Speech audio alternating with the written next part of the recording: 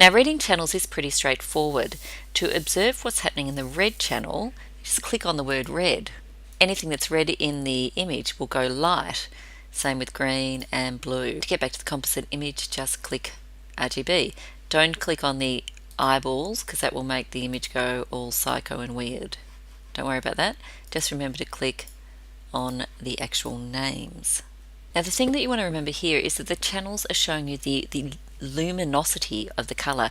That is the light value of the color, as in L-I-G-H-T. So what we're trying to do here, remember, is try and work out what channels we want to keep, the good stuff, and what we want to get rid of. And generally speaking, we want to get rid of noise and artifacts, and that will always be hiding away in a colored channel.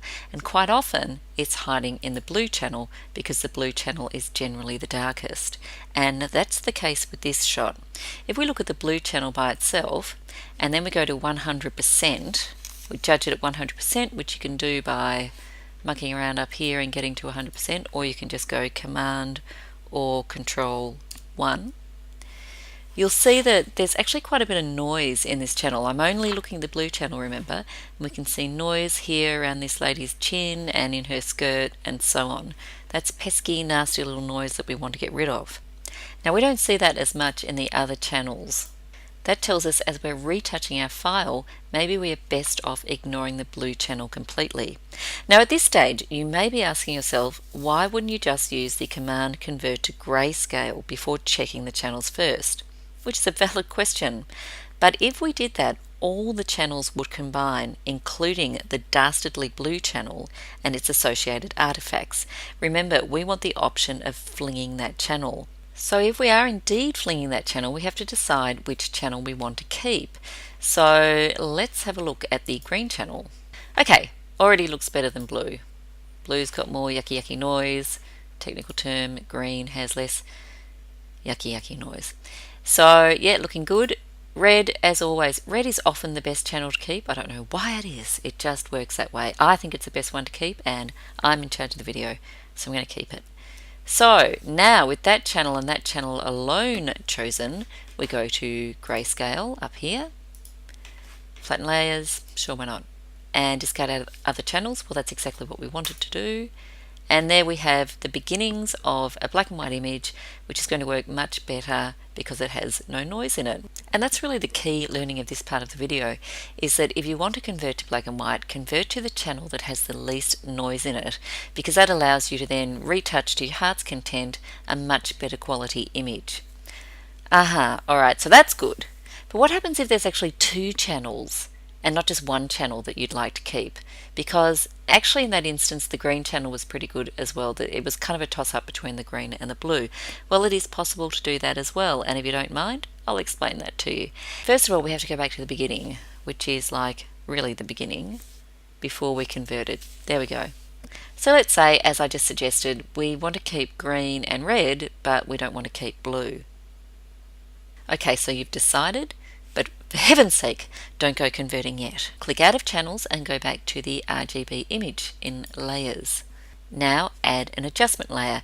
In this case, it's going to be a channel mixer adjustment layer, which in CS4 looks like this one with the groovy, funky Technicolor converging circles. Or you can go up here to adjustment layer. See, I'm so lazy, I use shortcuts. Here we go. What did I call it? Channel mixer. Yep, press OK. And look, it's really funky looking adjustment layer up here. Now down here you will see these three sliders that make up the three colors in the image: red, green and blue. The first thing you need to do is click monochrome. Bang. Now that's going to give you a Photoshop guess at what's going to be the best black and white conversion, which is, I've got to tell you, generally speaking with Photoshop, pretty good. Now remember, you've got the memory of what each channel has. And so you know that we don't want really anything in the blue channel, and we don't mind the green and the red channel. It's always interesting, by the way, to see how Photoshop's assessed it. They think the blue isn't so bad, but they do agree that the green and red are the two highest. Phew. It's nice to know I can keep up with this, really. Now you don't have the little finger thing in this channel mixer dialog box, but what you do have is another little trick that you can do to make sure that you can just up and down these channels ever so slightly, because when you go like this, It can be kind of tricky, say you want to go to 1, it's it's kind of a little bit difficult to do. So let's get back to where we were, which was down here somewhere. Instead of fumbling with the actual slider, just click the percentage box adjacent to the slider that you want to tweak. So just click in here with the red one. Now to just increase it or decrease it by 1%, just click the up and down arrow keys on your computer and look, or on your keyboard. You can go up just by 1 or down by 1, and it just allows you to be extremely precise. If you want to add it up and down by 10, just hold the shift key when you press the up or down key. It's quite cool that, because sliders can be a little bit tricky to really be able to cope with. So I'm going to lift the red up quite a lot because remember, if we only had 1 to choose from, we'd go with the red. So we're pretty keen to get that up high. It's starting to blow out there, so it's a little bit too much. So let's leave it at about 55. With green, we also like that one. So we'll click our cursor in the little box here and use the up and down key to go up and down, as the case may be. Looks pretty nice. Now let's get to the blue. Now we don't want the blue, so we're going to click in that and we're going to go down, down, down, down, down, down. In fact, I'm going to hold the shift key and go down by 10s. Let's not dilly-dally around here. Dilly-dally, does anyone say that? Okay, green, up again. So it's looking pretty good. This is a good way to do it, I think. It's just so precise. Now, as you notice down here, you've got this little thing that says plus 125% with a little exclamation mark next to it, and it's warning you that the amounts, when they're added up, are total greater than 100%. So I'm glad that's there because I'm really useless at mathematics. Now look, Photoshop does a default programming where it adds up to 100%. It doesn't have to add up to 100%. It's ideal if it does, but it doesn't have to because, you're artists and you can decide whether you want it to or not. So that's completely up to you. It's probably a good idea to aim for 100%, but as I say, it doesn't really matter. Although, having said that, I'm going to make sure it gets to 100% now because I'm a little bit anal like that. Okay, so we'll drop the blue down. That's starting to look really nice, I think. And you could pretty much do that all day long, and if you're like me, you probably will. So that's it.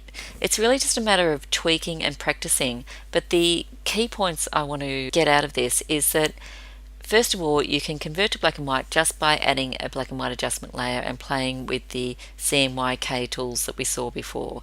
That's a great way to go. It's much better than going straight to grayscale. Secondly, if you really want to get a little bit more advanced in it and start to play with channels so that you can reduce the amount of noise in your shot, you can go into channels as I suggested. And if you find one channel that kind of says it all, that's fantastic. Thirdly, if you want to combine 2 channels or even 3 channels, you can go into the channel mixer adjustment layer. So I hope that makes sense. These are the sorts of things that we're going to be doing on the photographycampus.com. Free plug. And we're also going to have tutorials run by professional photographers and professional retouchers. So feel free to drop me a line if you want to go onto the newsletter for that. But nonetheless, I'm just really happy to share this sort of stuff with everyone. If you have any comments, please leave them and I'll try and answer them. And if you want to pass it on to anyone, feel free. It's all good fun and I hope you enjoyed it. See you later.